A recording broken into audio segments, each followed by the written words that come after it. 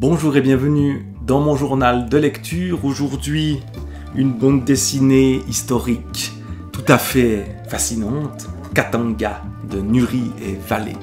Bande dessinée en 3 volumes, Diamant, puis Diplomatie et enfin Dispersion.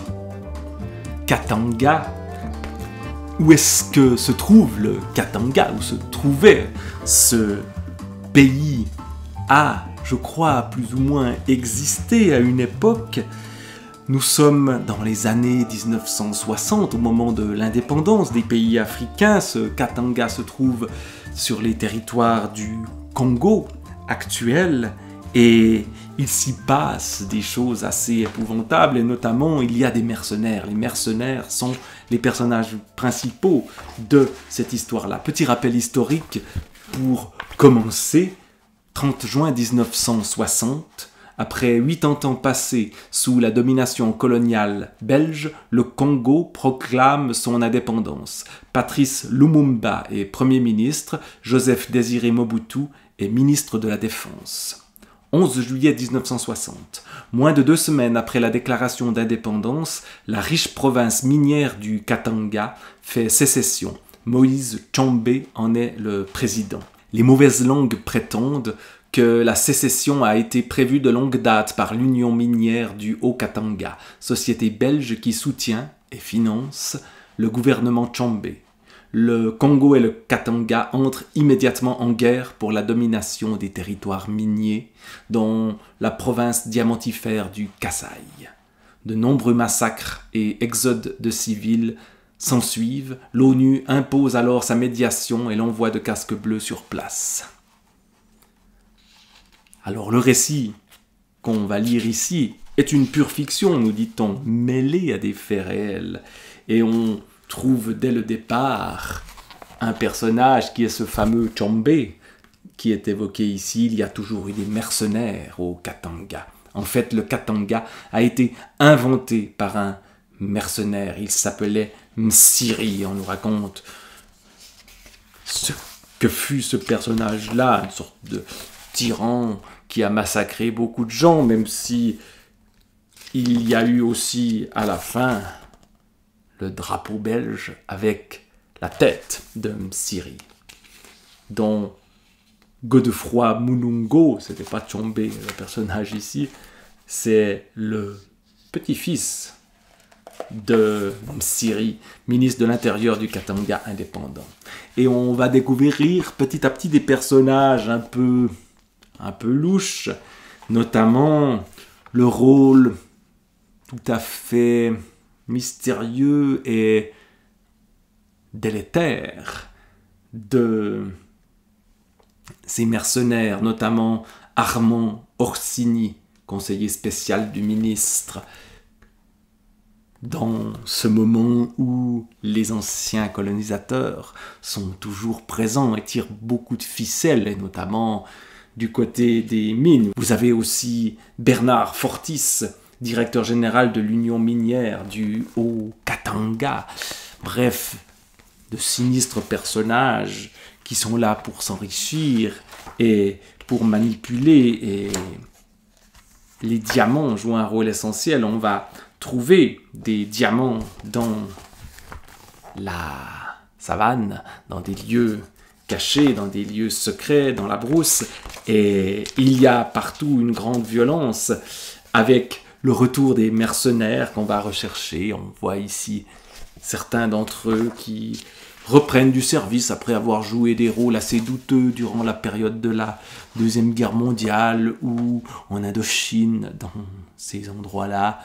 Vous avez un ancien nazi, un voyou du milieu marseillais et d'autres encore qui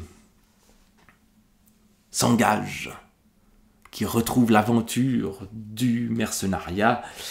Et cette aventure, elle est sanglante.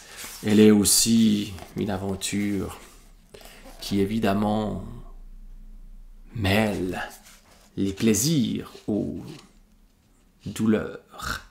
Et il y a ce personnage féminin essentiel ici, qui joue de ses charmes pour aider son frère qui a trouvé des diamants. Et on a donc cette histoire de diamants, cette histoire où une femme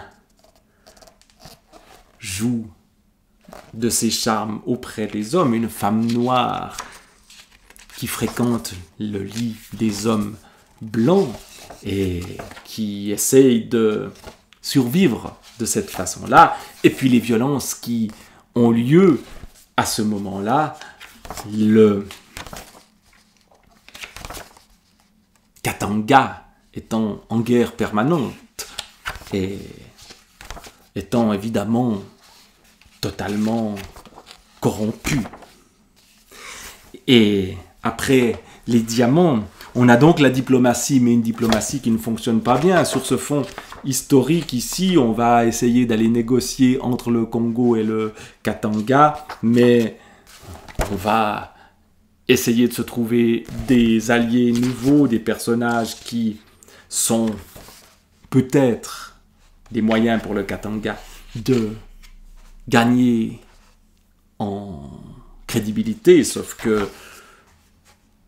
ça ne se passera pas si bien que ça, et que la violence revient en permanence, que les mercenaires, c'est au fond le seul langage qu'ils connaissent, ce langage de la violence. Et puis il y a ce personnage de Patrice Lumumba, le communiste, ou du moins celui qui est soutenu par les communistes, qui est à la tête du Congo et qui, puisqu'il est de ce camp-là, est évidemment un ennemi à détruire pour ces mercenaires qui ne sont certes pas des politiques, mais qui politiquement sont quand même très éloignés des idées communistes dans cette période de guerre froide aussi.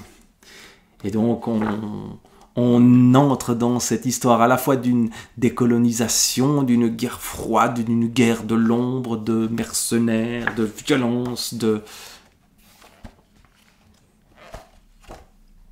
d'amour un peu glauque, où les femmes jouent un rôle aussi assez terrible, et puis tout le monde meurt, tout le monde est touché à un moment ou à un autre, et il y a ces images assez dures qui sont en permanence dans ce livre-là, qui nous plongent dans une phase de l'histoire peu connue, en tout cas que je ne connaissais pas vraiment, le Katanga.